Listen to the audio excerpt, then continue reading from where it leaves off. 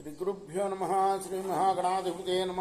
శ్రీ సరస్వతి నమ. భక్తారా, వ్యాస మహర్షి రచించిన మహాభారత ఇతిహాసం యథాతథంగా చెప్పుకున్నాం. ప్రతి శ్లోకం దాని అర్థం ఇందులో భాగంగా నిన్నటి వరకు మనం ఆది సభ, అరణ్య, విరాట, ఉద్యోగ, భీష్మ, ద్రోణ, కర్ణ, శల్య, సౌప్తిక, స్త్రీ పర్వాలనే 11 అధ్యాయాలు పూర్తి చేశాం. 11 పర్వాలు పూర్తి చేశాం. 12వ పర్వం అయిన శాంతి పర్వంలో కూడా 18 అధ్యాయాలు పూర్తి చేశాం. ఈ రోజున 19వ అధ్యాయాన్ని చెప్పుకునే ముందు వ్యాస భగవాను ప్రార్థన చేసుకుందాం. వ్యాసాయ విష్ణు రూపాయ వ్యాస రూపాయ విష్ణవే నమో వై బ్రహ్మనిధయే వాసిష్ఠాయ నమో నమః. నారాయణం నమస్కృత్య నరం చైవ నరోత్తమం దేవీం సరస్వతిం వ్యాసం తతో జయముదీరయేత్. సమర్థ సద్గురు సాయినాథ महाराज की जय. युधिष्ठिर उवाच वेदाहं तात शास्त्राणि अपराणि पराणि च उभयं वेदवचनं कुरु कर्म త్యజేతి చ. ధర్మరాజు అన్నాడు, నేను ధర్మశాస్త్రాలు వేదాంత శాస్త్రాలు రెండు కూడా తెలిసిన వాణ్ణి. కర్మ చేయమని వేదమే చెప్తుంది, కర్మ వదలమని కూడా వేదమే చెప్తుంది. ఆకులాని చ శాస్త్రాన్ని హేతుభిశ్చింతితాని చ నిశ్చయశ్చైవ యో మంత్రే వేదాహంతం యథావిధి.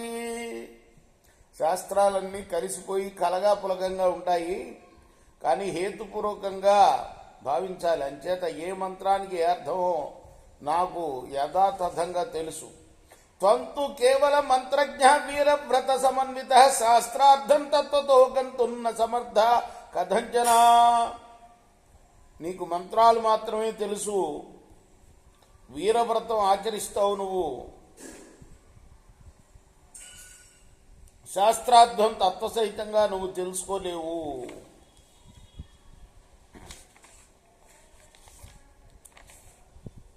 అర్జునుడికి చెప్తున్నాడు అన్నమాట ధర్మరాజు. శాస్త్రార్థ సూక్ష్మదర్శీయో ధర్మ నిశ్చయ కోవిద తేనాప్యేవన్న వాచ్యోహం యది ధర్మం ప్రపశ్యసి. శాస్త్రార్థాన్ని సూక్ష్మంగా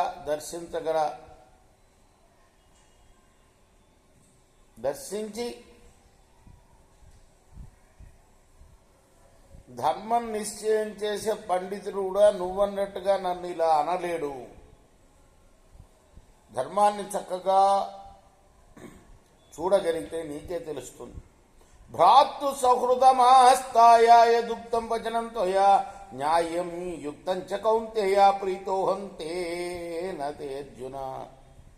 ఏదో సోదర ప్రేమతో నువ్వు అన్నమాట న్యాయ సహితమే, తగినదే. నీ మాట నాకు చాలా ప్రీతినిచ్చింది నాయన. యుద్ధ ధర్మేషు సర్వేషు క్రియాణా నైపుణేషు నత్వయా సదృశ కశ్చిత్ త్రిషు లోకేషు విద్యతే. యుద్ధ ధర్మాలన్నింటిలోనూ నిపుణంగా పనులు చేయడంలోనూ నీతో సమానుడు ముల్లోకంలో ఎవరూ లేరు. ధర్మం సూక్ష్మతరం వాచ్యం తత్ర దుష్పతరం త్వయా ధనంజయ నమే బుద్ధిన్ అపి శంకితుమర్హసి. అర్జున, ధర్మం చాలా సూక్ష్మంగా చెప్పాలి, అందులో నువ్వు పారంగతుడివి కాదు. నా బుద్ధిని నువ్వు శంకింపలేవు. యుద్ధశాస్త్ర విధేవత్వం న వృద్ధాస్య వితాస్త్వయా సంక్షిప్త విస్తర విదాం నతేషాం వేచ్చిక నిశ్చయం. నువ్వు యుద్ధశాస్త్రం మాత్రమే నేర్చిన వాడివి, తెలిసిన వాడివి. వృద్ధుల సేవ నువ్వు చేయలేదు. వారికి శాస్త్రంలోని అర్థాలు సంక్షేపంగా విస్తరంగా కూడా తెలుసు. వారి నిశ్చయం నీకు తెలియదు. అంటే పెద్దల సేవ చేసిన వాళ్ళ విషయం వేరు, నీ విషయం వేరు అని చెప్తున్నాడు అనమాట. వాళ్ళకు క్షుణ్ణంగా తెలుస్తాయి శాస్త్రార్థాలు, నీకు క్షుణ్ణంగా తెలియవు. ఎందుకంటే నువ్వు వృద్ధుల సేవ చేయలేదు కాబట్టి. అనేక చోట్ల భారతంలో ఇదే చెప్పబడింది, వృద్ధుల సేవ అనేది ఎంత ముఖ్యము అనేది.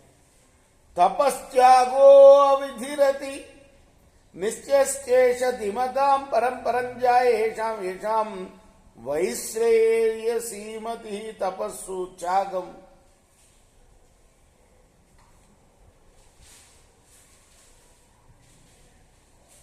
తపశ్చాగో అవిధిరతి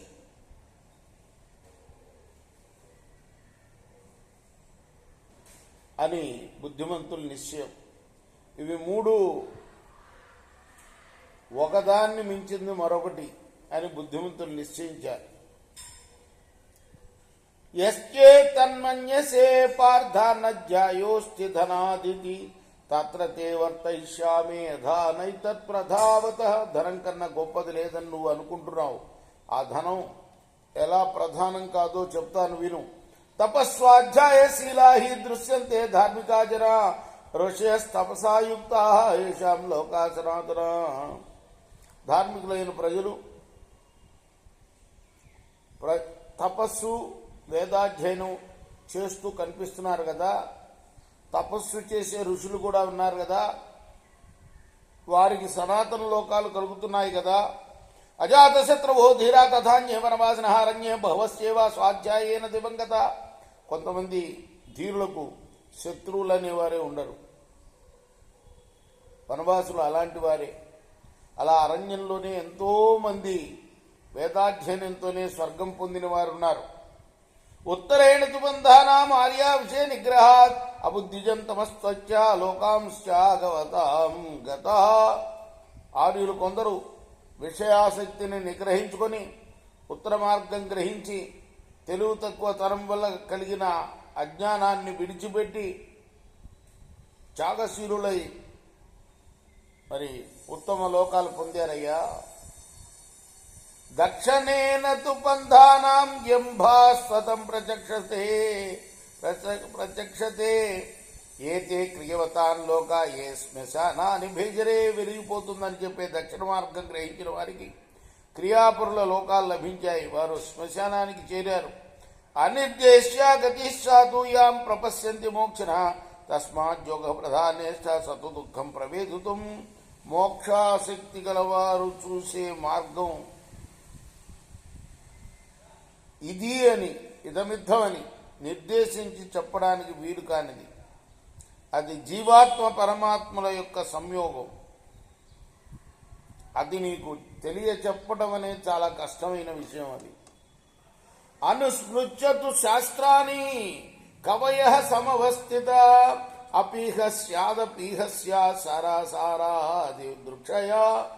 మేధావులు శాస్త్రాలను ఆకలింపు చేసుకొని సారం ఇందులో ఉందా అందులో ఉందా అని సారాసారాలను పరీక్షించి నిర్ణయిస్తారయ్యా. వేదవాదానతిక్రమ్య శాస్త్రాన్యారణ్యాని కానిచ విపాట్య కదలీస్తంభం సారం దదృశ్రేనతే. ఆ మేధావులు వేదవాదాలని శాస్త్రాలని ఆరణ్యకాలని దాటిపోయి అరటిబోధని చీల్చారు కానీ సారం చూడలేకపోయారు. అధైకాంతప్యుదాసేన శరీరే పాంచభౌతికే ఇచ్చాద్వేష సమాసక్తం ఆత్మానం ప్రాహురింగితై. ఏకాంతం మొదలుపెట్టి కొందరు పంచభూతాలతో కూడిన ఈ శరీరంలో ఆత్మ కొన్ని గుర్తులతో ఇచ్చాద్వేషం మొదలైన వాటితో కూడి ఉంది అన్నారు. అగ్రాహ్యం చక్షుషా సూక్ష్మం అనిర్దేశంచ తద్గిర కర్మహేతు పురస్కారం భూతేషు పరివర్తతే. ఆ బ్రహ్మతత్వం కంటికి కనపడదు, దాన్ని మాటలతో నిర్దేశించలేము. కర్మకారణమైన మాయను ముందు పెట్టుకొని ప్రాణుల్లో మార్పు చెందుతుంది, జీవరూపంగా మారుతుంది. కళ్యాణ గోచరం కృత్వా మనస్పృష్వాం నిగృహ్య కర్మ సంతతి ఉత్సృజ్య శాన్ నిరాలంబన సుఖి. మానవుడు మనస్సును ఆత్మ పదార్థం వైపు తిప్పుకోవాలి, కోరికలన్నీ నిగ్రహించుకోవాలి, కర్మల సముదాయాన్ని విడిచిపెట్టాలి, ఏమాత్రం అహంకారం మిగలనివ్వకూడదు. అప్పుడు అతడు సుఖంగా ఉంటాడు. అస్మిన్నేవం సూక్ష్మగమ్యే మార్గే సద్భిర్ నిషేవితే కథమర్థమనర్థాఢ్యం అర్జునత్వం ప్రశంససి. సజ్జనులందరూ కూడా ఇలాంటి సూక్ష్మగమ్యమైన మార్గాన్ని సేవించారు. అటువంటప్పుడు అనర్థాలతో కూడిన ధనాన్ని నీవెలా గొప్పదని చెప్తున్నావు అర్జున? పూర్వశాస్త్ర విదోప్యేవం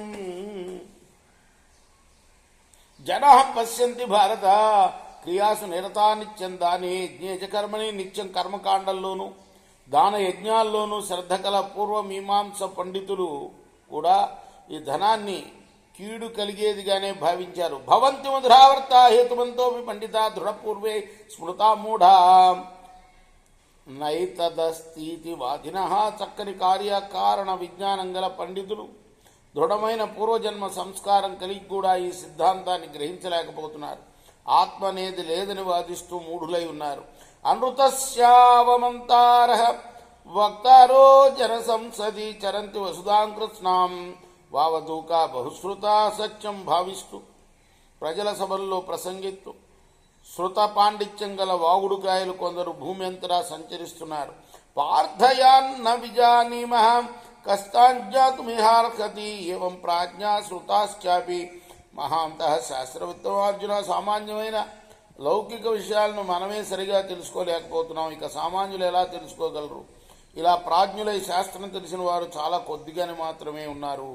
తపసా మహదాప్నోతి బుజ్జా వై విందితే మహత్ చాగేన సుఖమాప్నోతి సదా కౌంతేయ తత్వవిత్. తత్వం తెలిసినవాడు తపస్సుతో వైరాగ్యం పొందుతాడు, బుద్ధిబలంతో మహత్వం పరబ్రహ్మం పొందుతాడు, త్యాగంతో సుఖం పొందుతాడు. ఇది శ్రీ మహాభారతే శాంతి పర్వణి రాజధర్మానుశాసన పర్వణి యుధిష్ఠిరవాక్యే ఏకోనవింశోధ్యాయ. ఇది మహాభారత ఇతిహాసంలోని శాంతి పర్వంలోని 19వ అధ్యాయం. రేపు 20వ అధ్యాయాన్ని చెప్పుకుందాం. కృష్ణార్పణమస్తు. సాయి కృష్ణార్పణమస్తు. స్వస్తి ప్రజాభ్య పరిపాలయంతాం న్యాయేన మార్గేణ మహిమహీశా. గోబ్రాహ్మణేభ్య శుభమస్తు నిత్యం. లోకాః సమస్తాః సుఖినో భవంతు. కృష్ణార్పణమస్తు. సాయి కృష్ణార్పణమస్తు.